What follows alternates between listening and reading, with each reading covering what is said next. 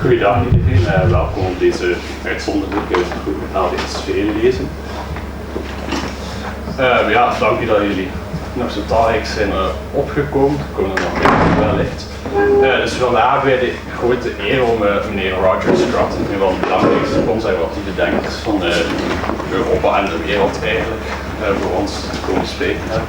Dus vandaag zal meneer Scruton het hebben over de relatie tussen het klassieke liberalisme en het conservatisme. Vooral omdat dat in de Anglo-Saxische landen wat dichter bij elkaar ligt. En daarna zal hij het ook hebben over zijn nieuwste boek, Groene Filosofie, Green Philosophy, waarin dus wordt uitgelegd hoe dat het milieu beter af is zonder staat dan met staat, in tegenstelling tot wat we denken. Dus mag ik uw aandacht voor meneer Roger Scruton. Dank je.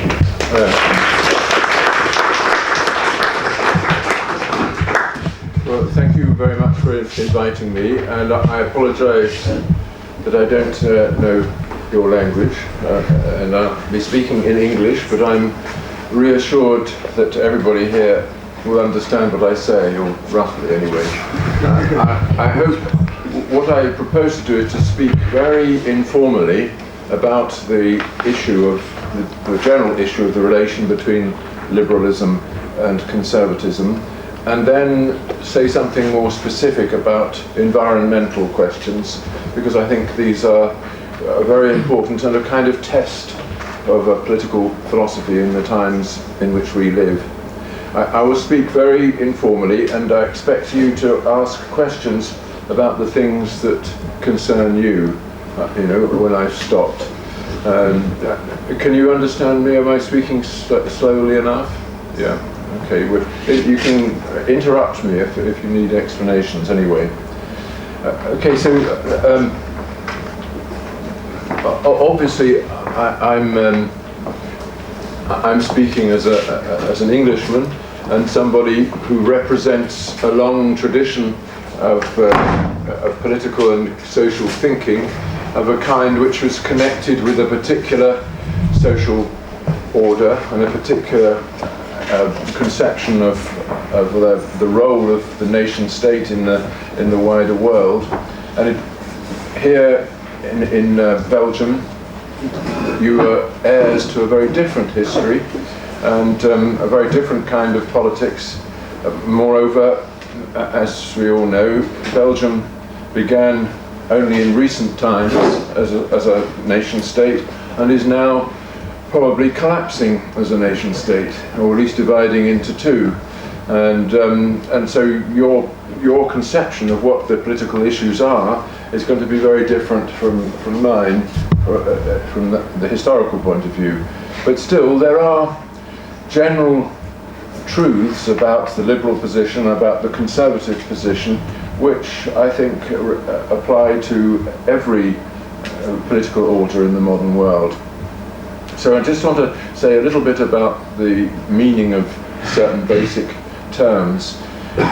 As I'm sure you realize, the word liberal has changed radically in its meaning over the last 150 years. In the middle of the 19th century, a liberal was somebody like John Stuart Mill, who had inherited a particular conception of the workings of government, in which human freedom is the central idea, and government is there to protect freedom and to amplify it. But now, largely due to the rise of the American liberal left, the word liberal is often used to denote a more statist position. In America, in particular, somebody who calls himself a liberal is very likely to be a defender of some version of the welfare state, and to defend also the amplification of state power to take charge of social and political difficulties, and is probably distrustful of the idea of individual liberty or freedom as a potential disruption of the social order. Now, I think you're used to that ambiguity, aren't you? I'm told that your club exists to defend classical liberalism, that's to say liberalism as it was understood in the 19th century as ultimately the defence of individual freedom against its confiscation by the state powers. But there's another distinction which also has to be made, and that's between classical liberals and libertarians. And I think this is perhaps the most important distinction from the point of view of modern politics. A classical liberal is somebody who believes that individual freedom is the aim of government. The government must defend individual freedom from the countervailing forces, and that is the true scope of politics.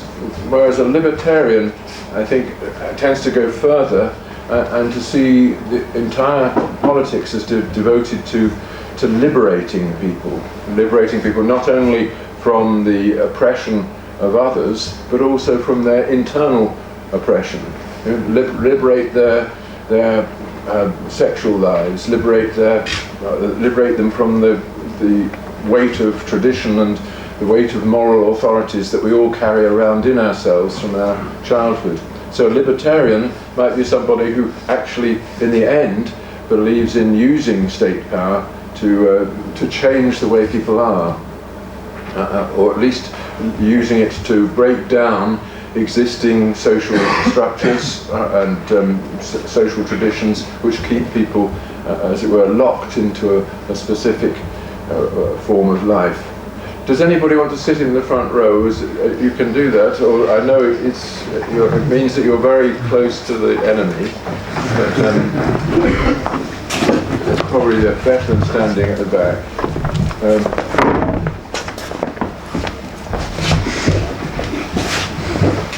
So I think those distinctions are familiar to you, are they not, between the various forms of various meanings of the word liberal, and there is a real question as to where the conservative stands in relation to these things, and I think it's best explained in the following way, that conservatism, at least as we in Britain have inherited it, is compatible with classical liberalism, but not with left liberalism and not with libertarianism. The classical liberal position is something which can coexist with a conservative attitude to the social order, but left liberalism and libertarianism are not compatible with the conservative attitude. This is really quite important, because when Mrs. Thatcher was in office as our Prime Minister, she was often criticised by people, especially on the left, for being essentially an anti-social force. Her kind of emphasis on liberal economics and free market principles was regarded as also posing a threat to the moral order. And it was a very useful argument for people on the left to make, because it was a way of conscripting old-fashioned conservatives who would have voted for Mrs. Thatcher to feel suspicious of her. That yes, we shouldn't introduce market principles into every area of social life, because that just undermines the traditions and the conventions on which the moral order depends. Now, actually, that argument was made early on by Marx in the Communist Manifesto, which begins with this kind of encomium of bourgeois society, saying that under the rule of capitalist production, all the old principles and old forms of life and old traditions and customs are blown apart. Society is fragmented, and the ground is prepared for the new revolutionary movement that will replace capitalism with some form of socialist economic order. that argument constantly recurs. You know, that the liberal position involves the defence of the free market against traditional forms of order, and therefore is a threat to the conservative position, which wants to maintain traditional forms of order. However, in the intellectual tradition of British conservatism, classical liberalism has been always combined with some kind of conservatism. In Edmund Burke, for instance, who was the founding father, I suppose, of modern conservatism in Britain, in Edmund Burke you find a defence of liberal economics with conservative thoughts about the social order. And Burke did not regard these as incompatible. He thought that, on the contrary, they stem from the same original insight, the insight which you could express by saying that human beings owe their individuality and their freedom to the social conditions in which they're brought up. That we are not born free, as Rousseau thought, but we become free through our immersion in social traditions and customs. That we are made free by our social membership, and it all depends upon the kind of social membership as to how free we will be. Do you understand that thought? And that is a very fundamental thought in Burke. You also find it in Hegel and in de Maistre, who are, of course, contemporaries of Burke. I don't know whether you read. Does anybody here read Burke? Or Hegel? Or de Maistre? Yeah, I know these are thinkers that should probably have been banned from the university curriculum, haven't they? And this is presumably this university is a kind of socialist gulag like everywhere else. So you wouldn't be allowed to read these. You can still discover them in libraries, where at least some libraries. So, but this thought that Burke had that somehow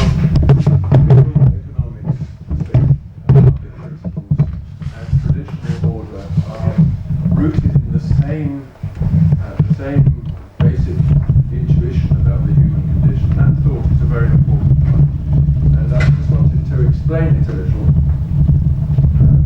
because I think it constantly needs to be renewed.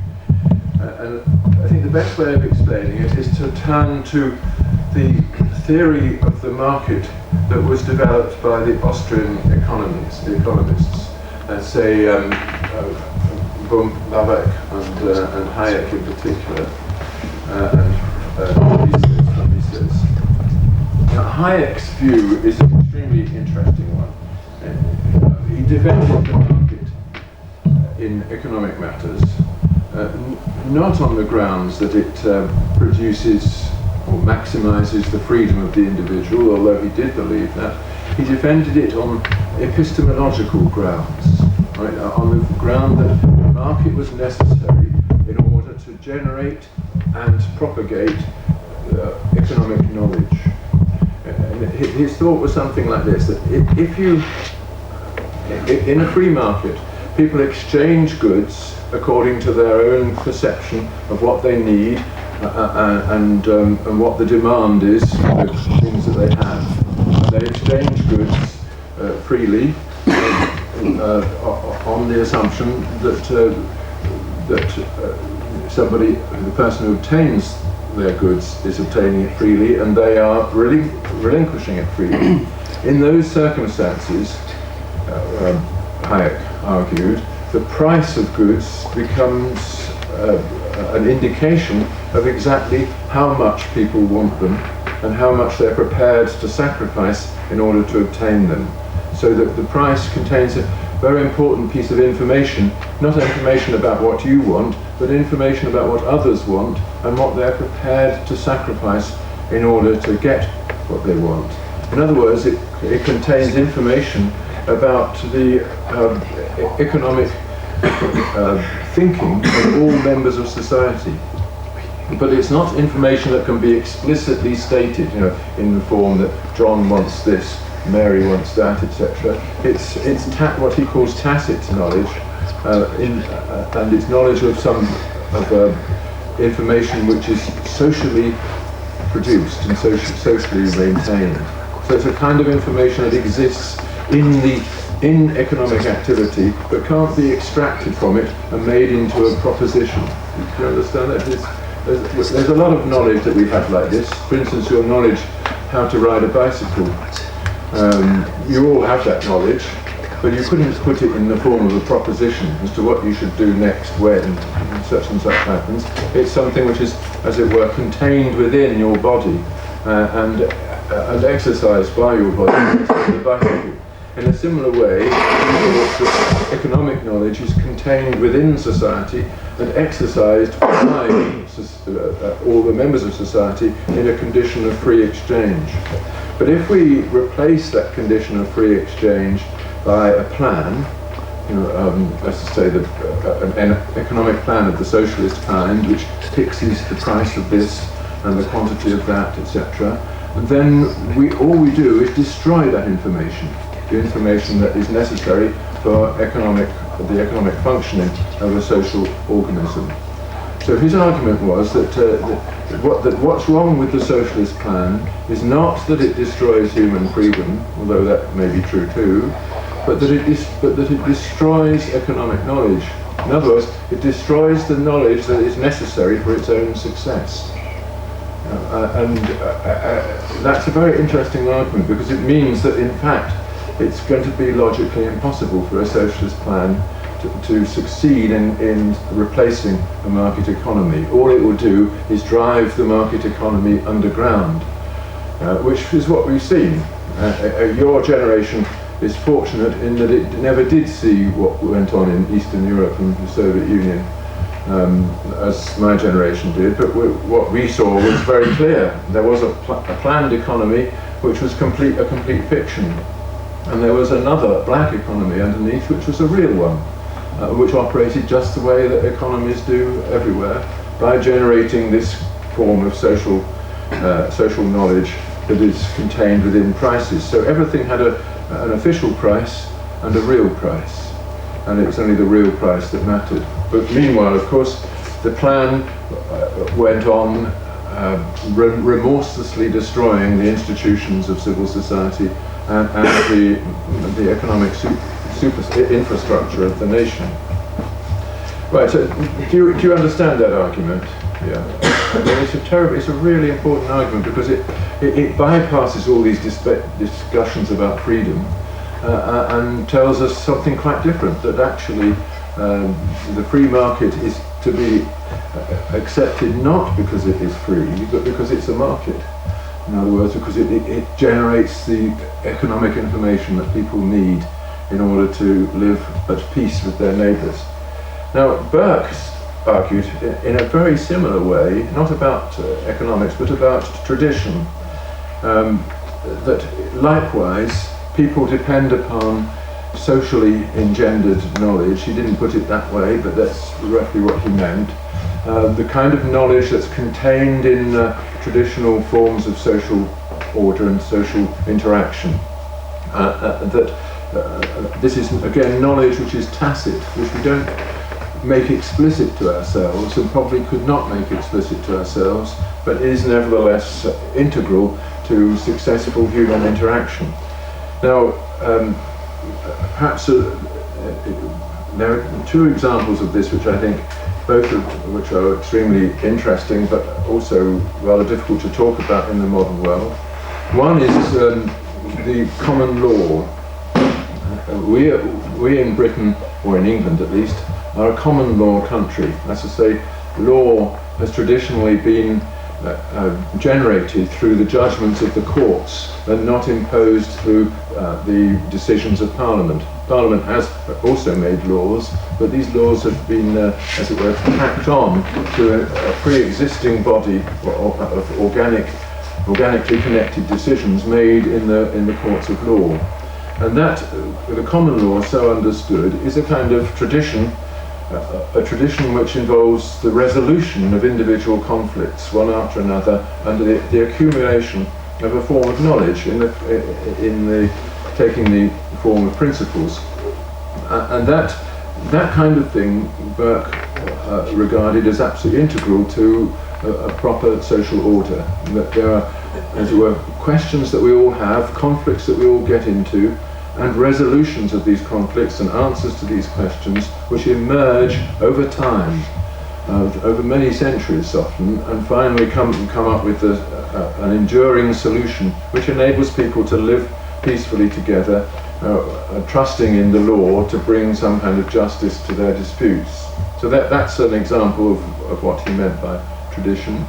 Perhaps another and more intimate one is that of marriage and the family.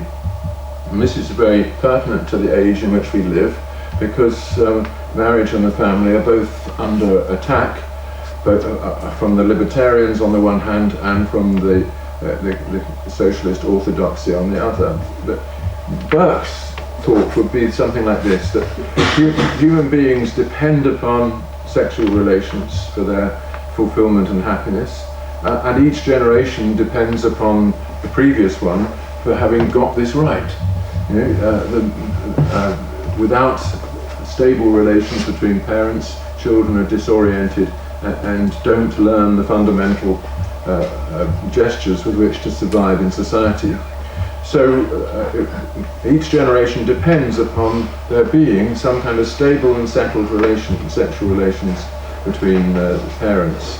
But those parents in turn depended upon that. And yet there are no abstract principles that people follow. There is a kind of instinct of courtship followed by the institution of marriage, which contains within it the knowledge that parents need in order to exist peacefully together and devote themselves to the bringing up of children. And that kind of tradition is very obviously fundamental to social reproduction and to the perpetuation of what economists now would call social capital. So there's a couple of examples, but Burke's defence of it is very very similar to Hayek's defence of the market. That these things are important, these traditions and institutions, because they contain within themselves the knowledge that people need in order to live successfully and peacefully together. But it's not a knowledge that can be translated into abstract principles. It lives in the institutions in the way that economic knowledge lives in the market. Right. So the problem that we, or the problems that we confront today, in my view, largely arise from the fact that while the liberal defence of the market has been accepted, because people have come to realise that there is no real alternative, there is nevertheless a loss of confidence in the social institutions and traditions which have grown in our communities over the last 500 years or so, and which have enabled us to make use of the market so successfully. So the problem for conservatives in the modern world is how to as it were, safeguard those social institutions without also sacrificing the liberal inheritance in economic life. Often socialists in my country campaign in the following way. They say, look, all this market economics has simply undermined social institutions. We socialists are going to restore them, and we're going to restore them by using the power of the state to bring security and comfort to those who are the victims of the social disintegration of our time. And that argument is made here in Belgium too, isn't it? And in fact it's made all across Europe. That somehow socialism is there not to produce a new kind of socialist economy. We agree that we need a market economy, but it's there to produce a new kind of society, to use the money raised by taxation in order to introduce social justice into the surrounding order And this means completely rearranging things and making the state, rather than the family, the principal institution to which people turn in their hour of need. That is what has been happening all across Europe. And I think the conservative position is that not only is that not necessary, because in fact the family and individual communities can take charge of their life successfully.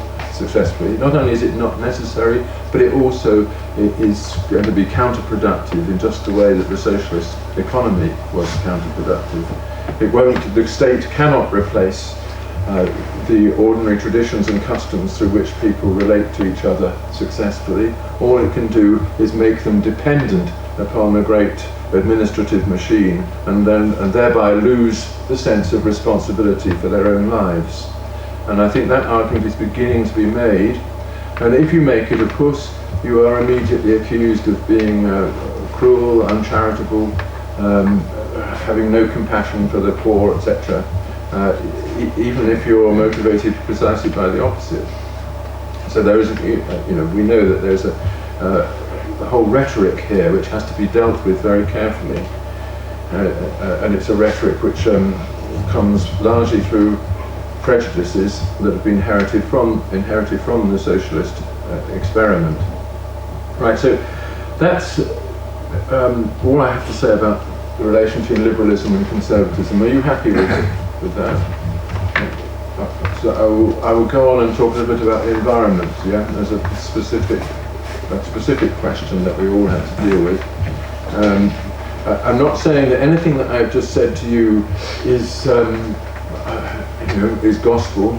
It's all very controversial, and I think conservatives have a lot to learn from liberals and vice versa, and both of us have a lot to learn from socialists as to what human motivation is. But it's a one-way process. I've noticed in my career as a pariah that while we on the right are constantly willing to learn from people on the left, there is no willingness to learn from us.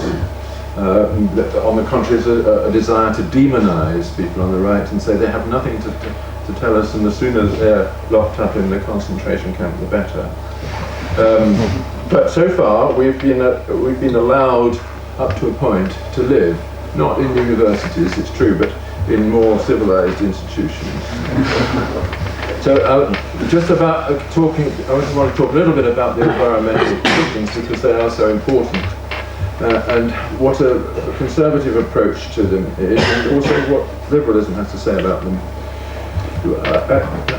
As we know, the environmental agenda has been largely confiscated by the left in our time. That's to say, it's been regarded, certainly since the 1970s, as an area of political thinking which it naturally lends itself to the leftist approach to politics. This is for a variety of reasons, but two in particular I think stand out. One is that leftist politics always depends upon identifying a victim, preferably as large a victim as possible, and an evil oppressor who is responsible for that victim's failure or distress. In the case of the environment, you've got a very good way thereby of reanimating the old leftist vision. The victim is the earth, everything around us, and everything upon which we all depend. And the oppressor is, of course, the big, successful businessman or conglomerate, as always, the person who's doing well out of things. And this is a structure in leftist thinking which is impossible to remove, because I think it is implanted in us by evolution. This sense of resentment towards the successful, and the sense that they are to blame for anything that happens to the rest of us who are not successful. The desire to blame somebody who's doing well out of things is an immovable part of the human condition, and I think it's always recruited by people on the left because it gives you an easy solution to any political difficulty. You look out of your window and you see the terrible damage that's being done to your environment. By the buildings that are going up in Gent, or the devastation of the countryside round about, and you say, who is responsible? Of course it's the person who's making money out of this. And a new social order would confiscate all his wealth and redistribute it. So the environment naturally lends itself to that attitude. So that's one reason why the left was able to confiscate the agenda.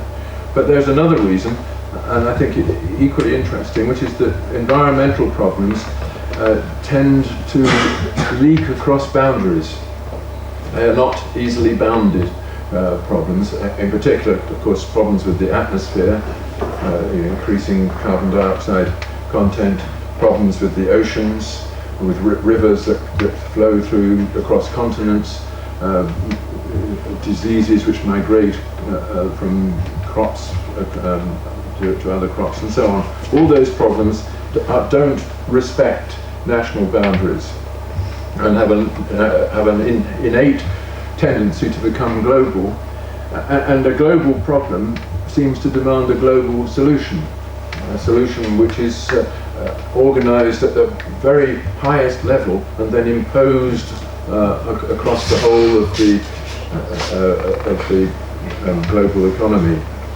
And I think that again lends itself to left-wing ways of thinking, which are inherently suspicious of the nation state, and suspicious of any form of localized loyalty, localized authority, and always looking for an internationalist solution imposed from the top, which prevents people from taking charge of the problems themselves. And we see that if you look back again to the Communist Manifesto, the whole tendency of Marx's argument in the manifesto is to replace all the local forms of political order with a new international order which will not respect boundaries at all, but to dictate solutions, comprehensive solutions for the world as a whole. So those are two arguments why the left was able to capture and confiscate the environmental agenda and left both conservatives and liberals largely unable to say anything. And in particular, by emphasizing the idea that the main environmental problem is climate change, the left effectively said that there is no solution which can be generated at the level of the nation state, and so nations have, as it were, become irrelevant. And that is a very important conclusion on the left, because they independently, the people on the left have regarded the nation state as, in some sense, either oppressive in itself, or at least a relic of an old way of doing things which they want to replace. Right. The first thing to be said in response to that, of course, is that the left-wing politics which advocates these top-down solutions which are dictated from above, is bound to have problems of its own, and that if we look at the actual history of socialism in office in the last century, we will see that top-down solutions have not solved environmental problems, but in fact caused them. The ecological disaster of the Soviet Union is well known to everyone now. Even today there are parts of Soviet Russia which cannot be visited because of the pollution by radioactivity or chemical pollution and so on.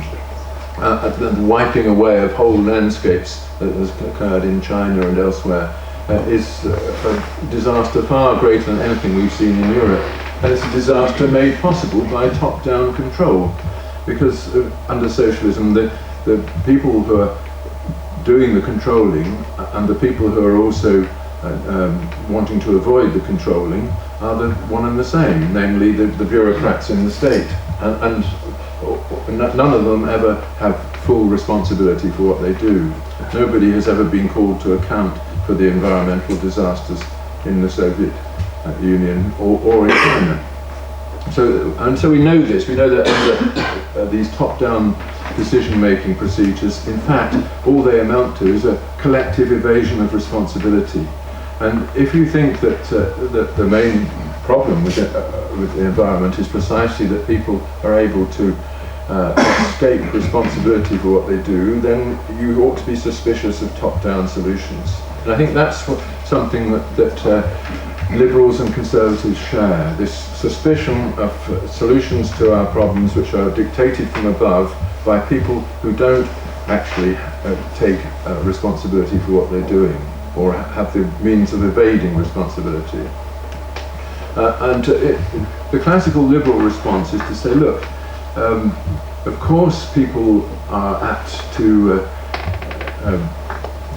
do things which destroy their environment. They're apt to carry on their own lives and pass on the cost of what they do to future generations or to others. But the solution to that is precisely to have a system of law which stands above the market and which holds people to account for what they do. In other words, you should not have the one and the same agency both taking economic decisions and also correcting them for when they are abused. And so the law should stand above the market, but it should be controlled by some completely different authority from the economic, that which controls economic life. And that's essentially what we all agree with now. But how to achieve it is one of the great problems. Okay, so in my book on this, I argue that the liberal response, which tries to find market solutions for all these problems, has a lot to be said for it, a lot more than people on the left generally credit it with. But if the people left to themselves do work out collective solutions to their environmental problems in a variety of ways, but most of all through negotiation with each other as to the distribution of the costs of what they do. And there has been a lot of work in economics recently, particularly by Elinor Ostrom, who got the Nobel Prize for what she did, showing how traditional communities have been able to take charge of their own local environments and distribute among themselves both the costs of operating their shared economic life and also the benefits in ways that perpetuate resources. In Norway is a very good example, the Norwegian fisheries, which, as you probably know, still produce sufficient cod every year to supply the market, both the local market and the export market, and it constantly regenerates itself. For 100 years, the Lofoten fisheries have been operated on a cooperative principle whereby people are assigned and agree to the assignment of shares in the available fish, and the fisheries are maintained in a viable and sustainable way because they recognise their shared responsibility towards the resource and are able to, as it were, correct each other's misbehaviour as local conventions, local little courts of law and so on, which ensure that this resource is properly used. And down the centuries people have done this. I should say that the fisheries have been nationalised by a socialist government and are no longer properly maintained, but that just illustrates the principle. So if we allow people to work out solutions to their local problems on those principles, very often environmental destruction is not the result, but on the contrary some kind of perpetuation of the environmental benefits. Also, in common law systems like ours in England, we have a law of tort, which essentially ensures that the person who damages things pays the cost. so that there is a feedback mechanism. If you produce environmental damage, then the person who's affected by it can take legal action, compelling you to take full responsibility for the cost of it. Again, this illustrates those principles that I referred to earlier. Hayek's defense of the epistemology of the market, and Burke's defense of the socially generated knowledge. It illustrates those principles at work in small local communities.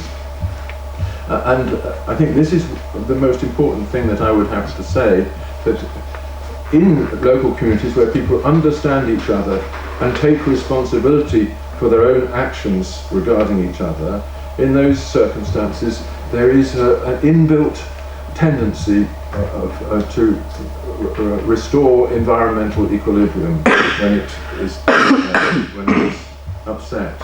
That tendency lies in human nature, the motive that we all have to be accountable towards those whom we know and on whose good opinion we depend.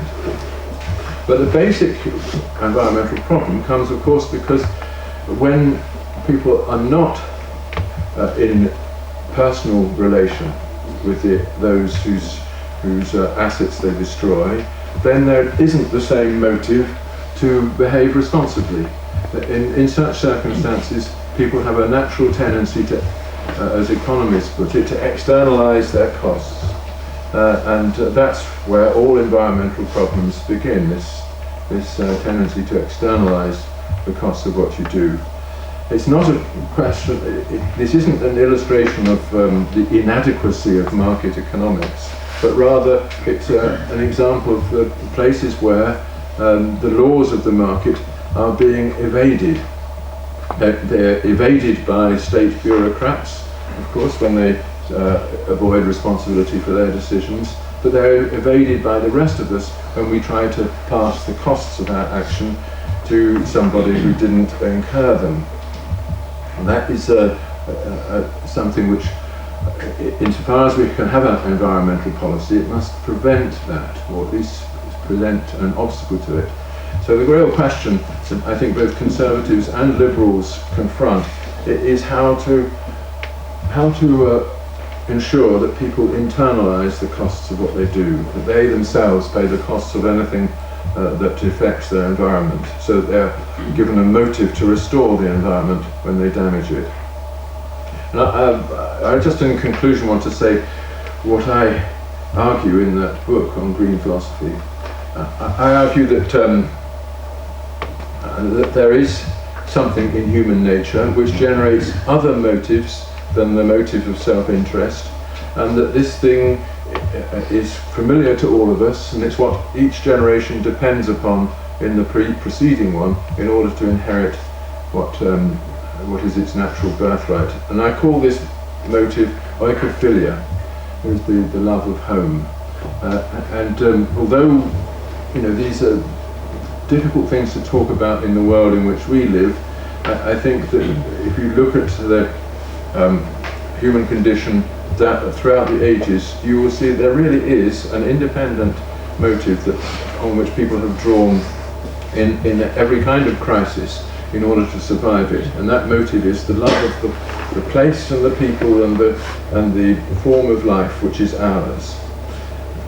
If you go back to the founding document of our culture, which is Homer's Odyssey, which I hope you have all read, but you probably haven't, but at least it hasn't been banned by the socialist establishment yet. Homer's Odyssey tells the story of a man who gave up immortality and life with a goddess in order to sail across the most dangerous seas to his home and repossess it, because that was not only what belonged to him, but also what made him what he was and what gave him the motive to live in the first place.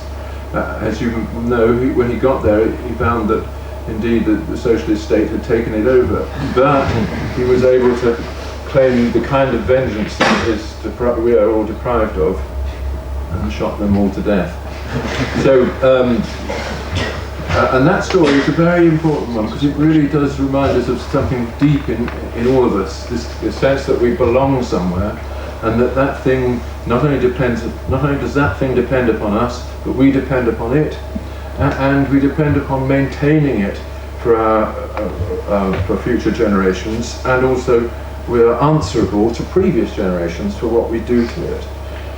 And we see this motive at work around us, and often people on the left obscure it because they present us with such a narrow vision of what environmental problems are.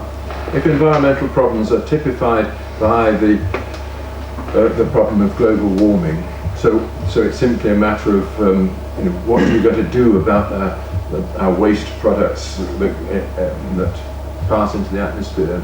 If that's all they are, then we find ourselves at a loss for any motive that people have, ordinary people like you and me, to do something about it. Why should we do anything about it? What can I do the whole thing is hopeless. But actually, that's only one environmental problem, and of course a very controversial one. We know environmental questions which are much nearer to heart, where we immediately see the truth in what I've been saying about oikophilia. For instance, you live in or at least study in a beautiful city, and for the most part it has survived. Yet when you see one of the old buildings in the centre of Ghent being pulled down, and some modernist gadget being put in the place of it, you tend to think, no, this shouldn't happen. This is my home as much as yours, and something in you reacts against it. That's a paradigm of the environmental response. This is something that we share. It's something which is connected to my identity as much as to anybody else. And I have a duty to do what I can to maintain it as an environment that I can pass on to my successors. And I think one of the defects in environmental thinking on the left is that it has not taken the question of urbanism seriously. It's not taken seriously the problem of the human habitat. And yet, after all, that is the primary habitat for which we're responsible. And if you look back at the environmental movement in its full complexity, and I'll just end on this point, if you look back at the history of it, you will recognise that it's not a creation of the 1970s, as we would think if we looked at Greenpeace and Friends of the Earth and all those big NGOs that make such a fuss. It goes right back to the 17th century in England, not so sure about this part of the world, but at least to the 18th century here, in which people became aware of the intimacy of their relation to the landscape and to the townscape, and the need to maintain it as a collective habitat that they could pass on. And not in my country, which of course is not typical, but nevertheless very important. In my country, this feeling which arose during the late 17th century gave rise to the school of landscape painting and the school of naturalist poetry and so on. It soon became a political force during the 19th century, not through government, but through individual civil associations, people getting together and founding little communities of interest to protect aspects of their environment, largely under the influence of Wordsworth and Ruskin. But this ended with the formation of the National Trust in the 1890s, which is a private civil association, independent of the state, which has now 4 million members, devoted to preserving the landscape and preserving a viable natural environment, independently of state control, using natural civil initiatives and lobbying for the kind of legislation that will continue to protect things. So I think if you look at the actual history of of the environmental movement, you will see that oikophilia is a permanent feature of the human condition and has been used to defend the landscape, not through the state, but in spite of what the state is trying to do. And I suspect that is true here too, although of course Belgium, I mean, you had some very unfortunate things happen here when it comes to the countryside, but at least your towns, as far as you've had any consciousness of them, you've tried to protect them. So that's a summary of my position on the environmental question, putting it in the context of the debate between liberalism and conservatism. So now it's up to you to ask me. You can ask questions about anything else, if you like.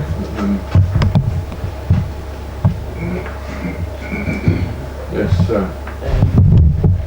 What do you think about the relationship between Christianity and the preference for the poor and the weak and socialism?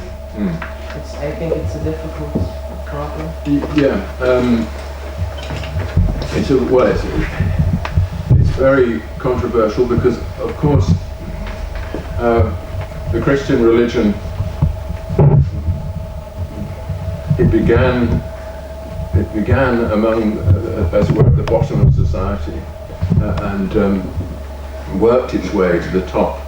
And there has always been a question down the centuries as to whether the true Christian way of life involves renunciation of all the benefits of power and splendour and property. And Christ's own parable, well, his own response to the young rich man who came to him asking, "What shall I do to be saved?" And he said, give away all your money to the poor and follow me. That response has often been used to justify the view that the true Christian way of life is incompatible with the ownership of, incompatible with wealth, and perhaps incompatible with the particular kind of market economy. Socialists often cite this, but my response to that is to say to the socialists, okay, what I would say to the socialists is just exactly what Christ says. Get rid of all your property and distribute it among the rest of us, and then follow me. But that's essentially the liberal position. Christ also said that the poor you have always with you, when he claimed, by way of excusing the use of all that expensive ointment to bathe his feet. So there is all religions have these, a contradictory attitude to this sort of thing, because there is a contradiction in the human heart about it. And we resolve it by recognizing that it's for each of us individually to take responsibility for the use of what we have, and to make sure that we don't use it to oppress others, but to help them. Yeah, so. As a solution to all the environmental problems, do you think it would be a good solution to do a kind of 21st century enclosure of the commons, instead of trying to make big international treaties which all the member states don't apply? I think that's a very good response. That is essentially what Elinor Ostrom is defending. Forms of enclosure of the commons which are conducted for the benefit of the local community that makes use of them. And certainly the big international treaties, they don't work. And a very good example of this is the common fisheries policy of the European Union, which tries to distribute, tries to enclose all the territorial waters of the European states in one great block, and then takes charge of distributing them, the goods among the members. But it is so corrupt that it just simply means that it opens those waters to predation by all the individual fishing fleets, in particular the Spanish fishing fleet. As a result, the North Sea is more or less dead. It doesn't contain any cod at all, but you can still get cod from Norway because there you have an enclosed commons, which is outside the European Union, of course, run by the local community. And so that is, I think you're right, that is the only way forward. But of course, when it comes to the atmosphere, there's no way of enclosing it. Much as you might like to put a wall stretching into outer space around Belgium, it's not going to work. Or you could find the firm that's guilty in one Oh yes, you have to have other means. That's not the same means as enclosing the commons. There are ways in which you could proceed. Yeah, and we do. If you think, forgetting about carbon emissions, but it's going back to smog. Those poisonous pods that came out of the Industrial Revolution, which used to hang over London and effectively pollute the air and cause a great many deaths. That was eliminated just by fining people for using the wrong kind of fuel. So you can get somewhere, and you can. We could imagine, going back to the other problem that we are all now thinking about. You can imagine something like a carbon tax, which says the more carbon you put into the atmosphere, the more you have to pay. Well, the only problem is that with the carbon taxes, that it will end up in the hands of socialists, as all taxes do.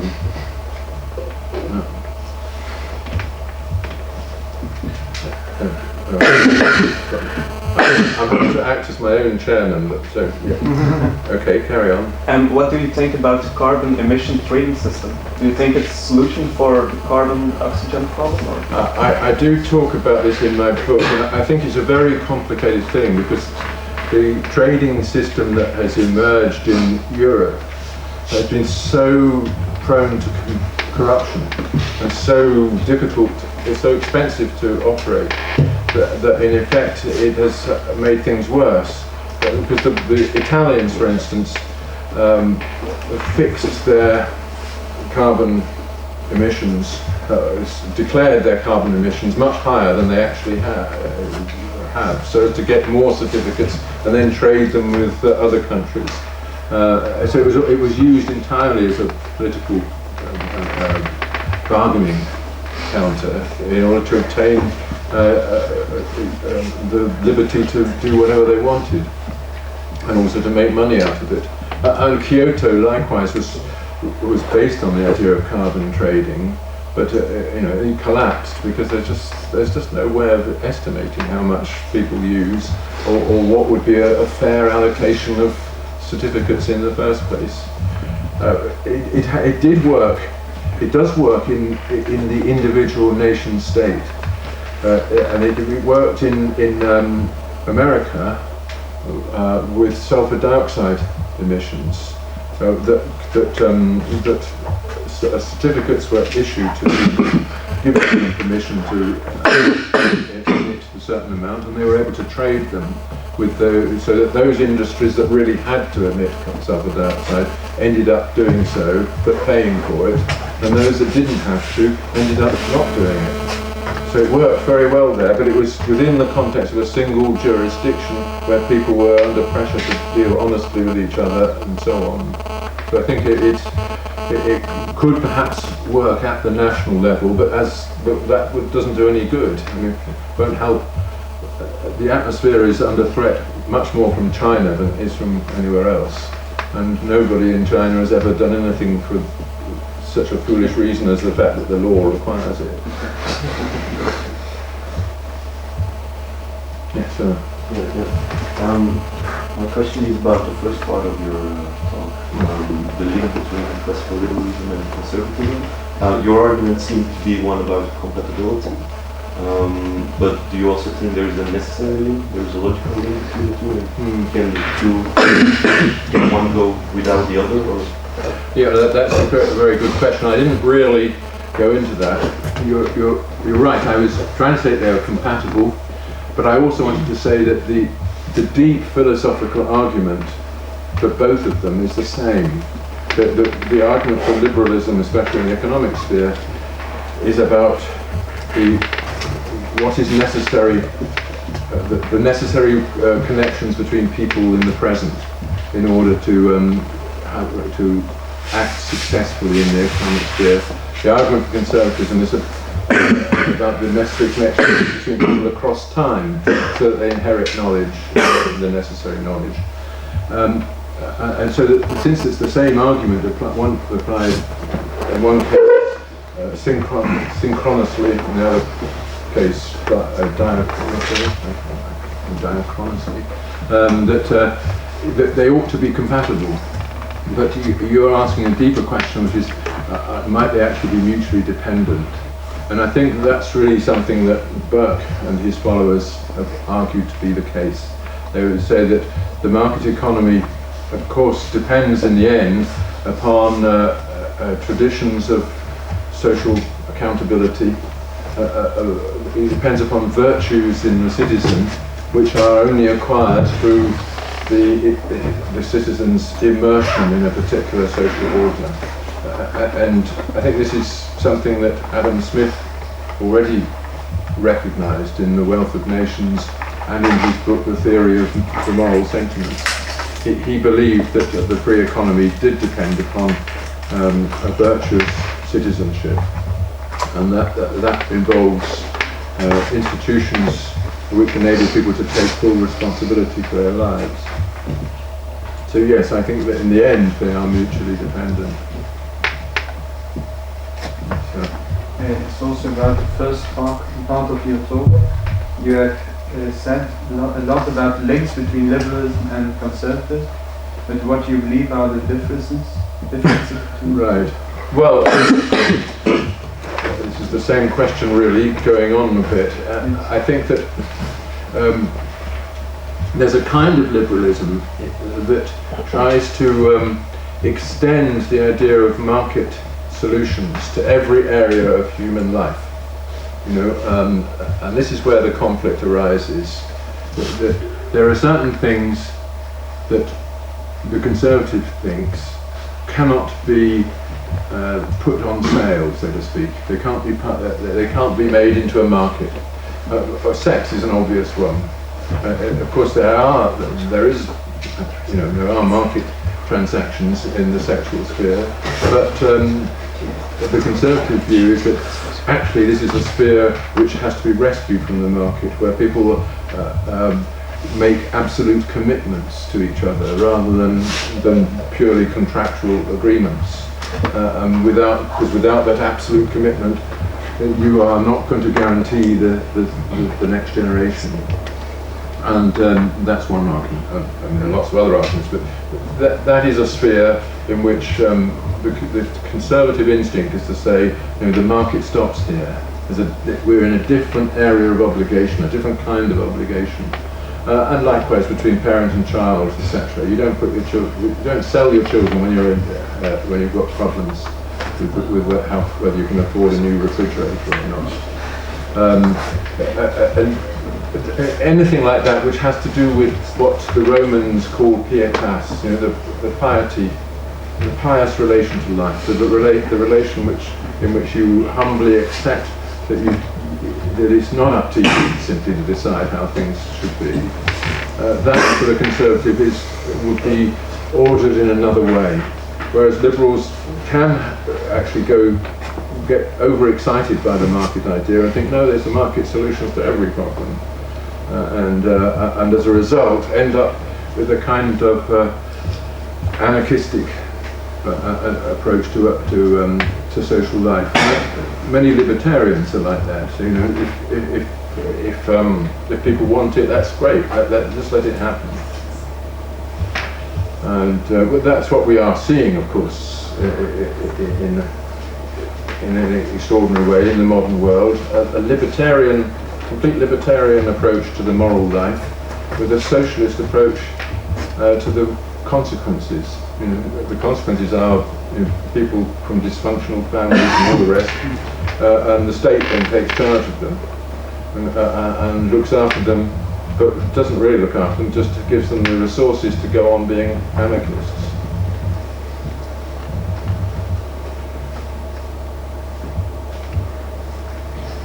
Any more?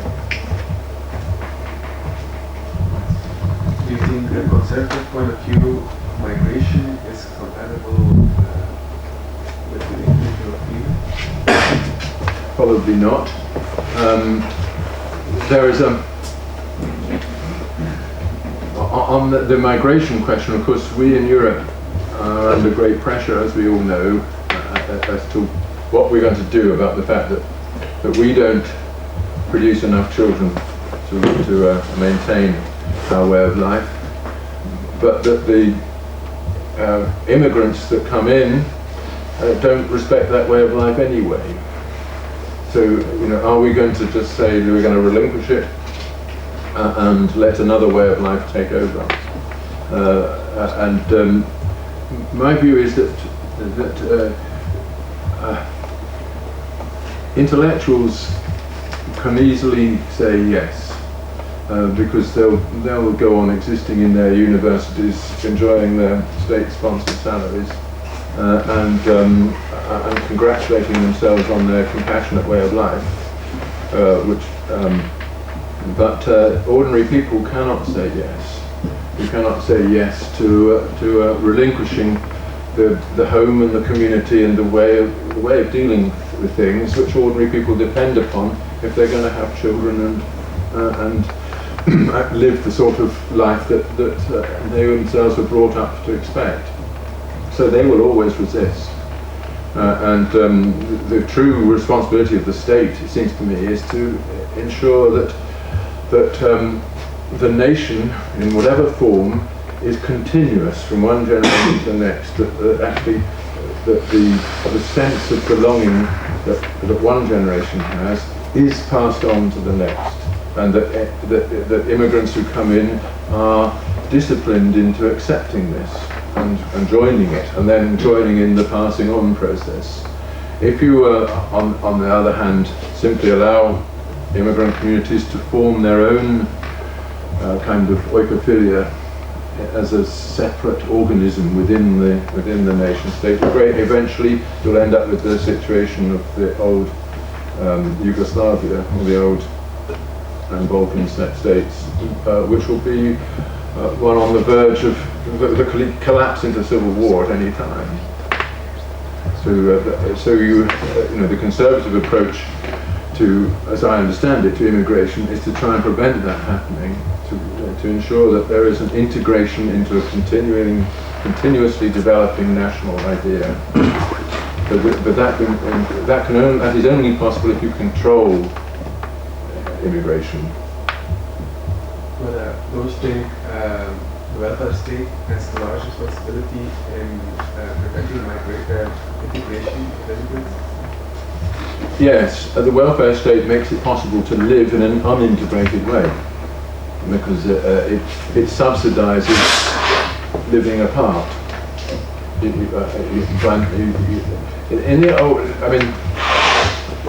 I know this is a very difficult topic to talk about because there's so much censorship. As you, I'm sure, are aware, that if you say the wrong things, or things that are judged to be wrong by people on the left, then you're dismissed as racist, fascist, all the usual stuff. I guess people are pretty bored of that now and recognise how stupid it is. But if you look at the history of this, the old American experience of immigration was a very good example. To get to America, you had to make incredible sacrifices. You had to sell everything, get onto one of those ships with your family and all the rest, land in New York, where you were given a hard time by the immigration people. Eventually you get across onto the dry land, and the first thing you do is work. And then and then you try to belong to the thing around you, and you take an interest in it, and you try to speak English even to your own children, etc. And the result is integration. Only the best people manage to get there, after all these hardships anyway. And once there, they worked to integrate and to be part of what they found.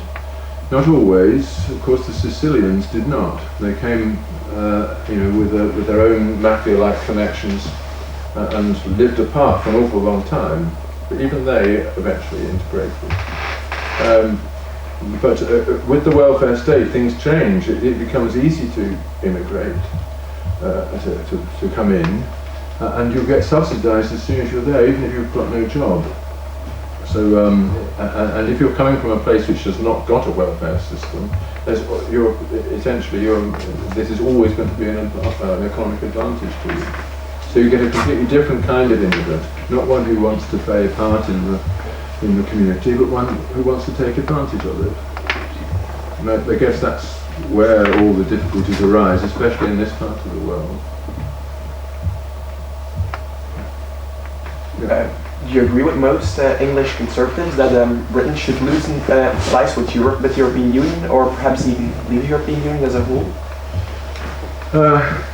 I don't agree with the idea that we should leave the European Union, but I certainly think we shouldn't be bullied by it, and I also think that the European Union is wrongly constructed.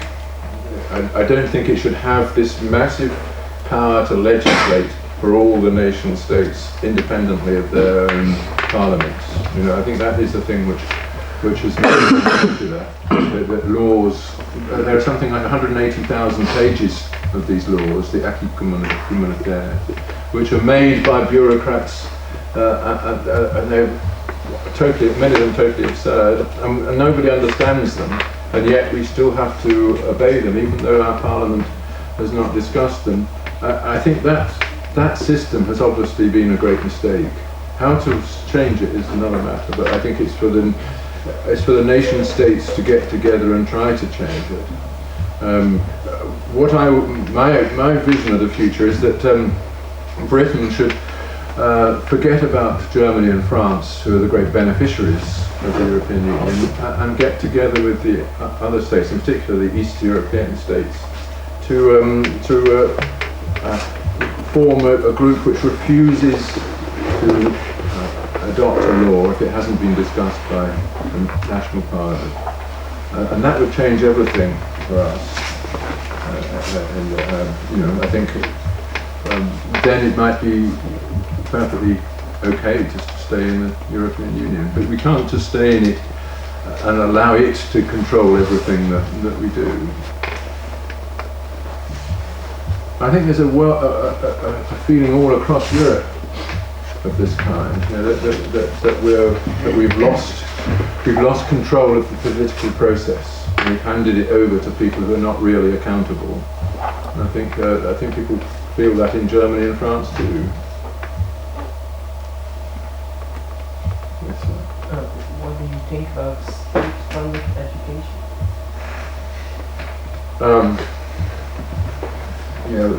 State-funded education. If it is education, that's great. But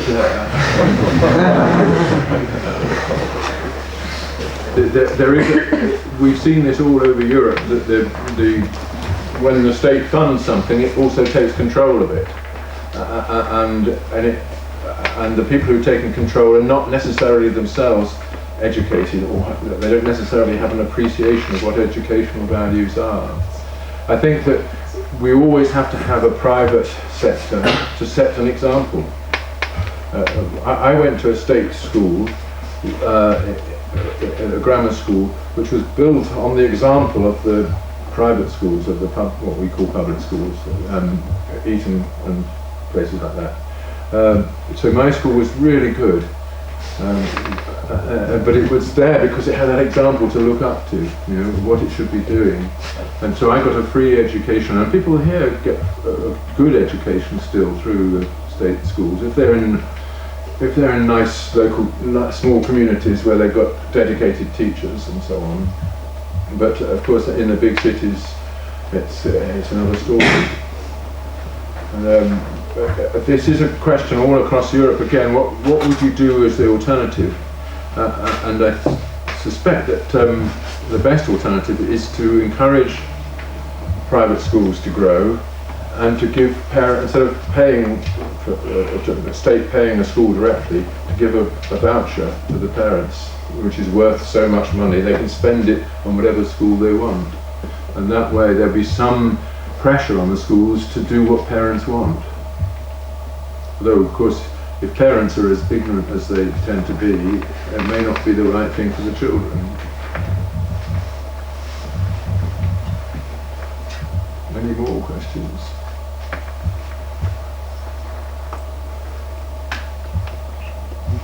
No.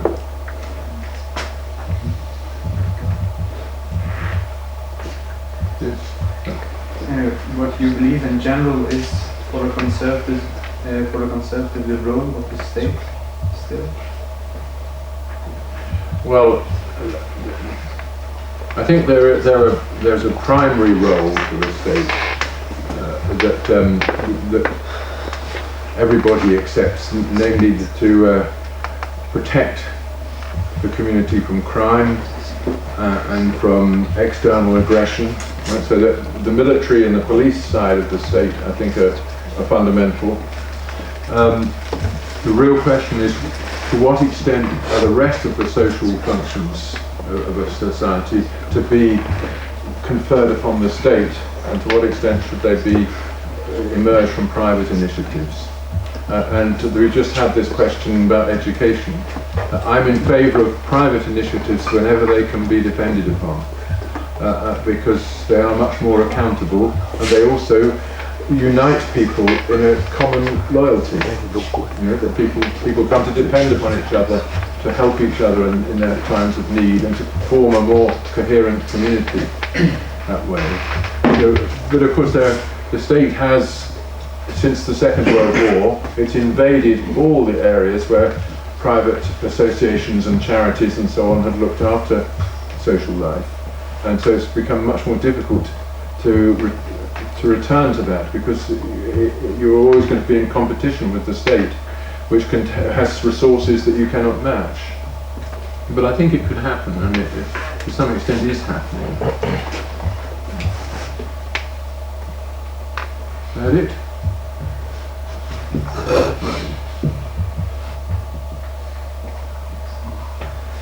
I've reduced you all to silence. That's amazing.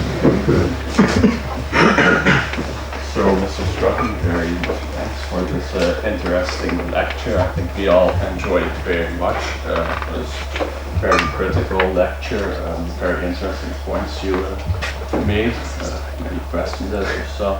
So, thank you for coming so early, and especially to Gent, the LVSV Gent. Do you have any questions? All right. Not a lot.